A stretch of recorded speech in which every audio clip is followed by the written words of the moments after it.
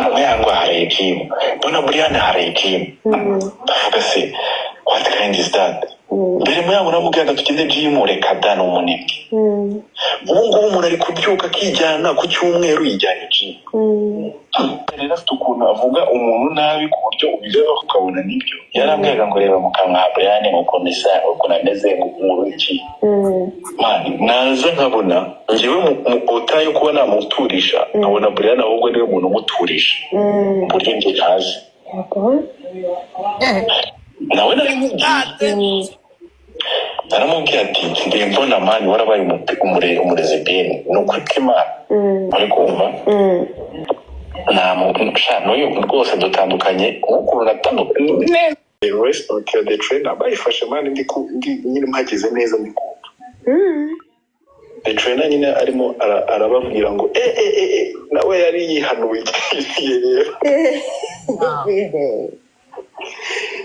uzi nko kwinjira ukavuga ati si umufate ku munwa gute kandi ari kuri telefone nawe yari yihanukire yavuze yatandukiriye umwana washinze bari gufata rekodi hariho Jihad hariho Brian na Muyango ndavuga mana yanjye we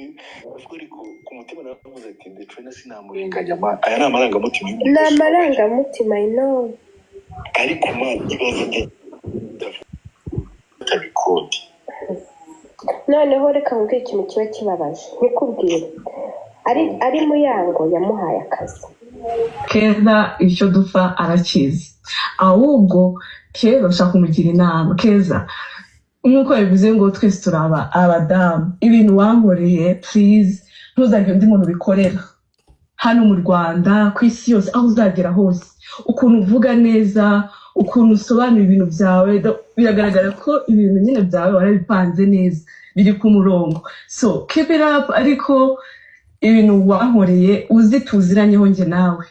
ntuzagira undi muntu bikorera kandi I'm glad ko ibyo washakaga wabigezeho ahubwo energy zindi uri gukoresha uzana ku muri social media ushaka kudragingamo abashuti banjye abashuti bawe abafana abantu bakunda ibyo dukora ibyo bintu nibyo ntari kubasha gusobanukirwa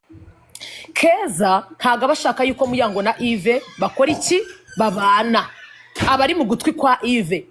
ndabyibuka Muyanga muhamagara amubwira ati kubera iki ubu uri kugenda umvuga ibintu bitari byo yego pe kubera ko abantu bambara ndara mu kabari babona yuko ari ngewe mubi ariko nawe ntago uri umwana mwiza ko umvuga ibintu bitari byo amubwira no kuri Keza n'iki ndabyuka twari twicekege turi kuvugana na mushiki wa Kimenyi nari nicaye aho ngaho telefone ndaguspika uri kumva Kimenyi aravuga ati ngewe Keza naramubrotse ahantu hose ati nge Keza naramubrotse ahantu hose kuko aguma anzanira ibintu byinshi avuga ibintu byinshi ndira ibintu byinshi bacanganyikirwa rero naramubrotse ahantu hose uri kumva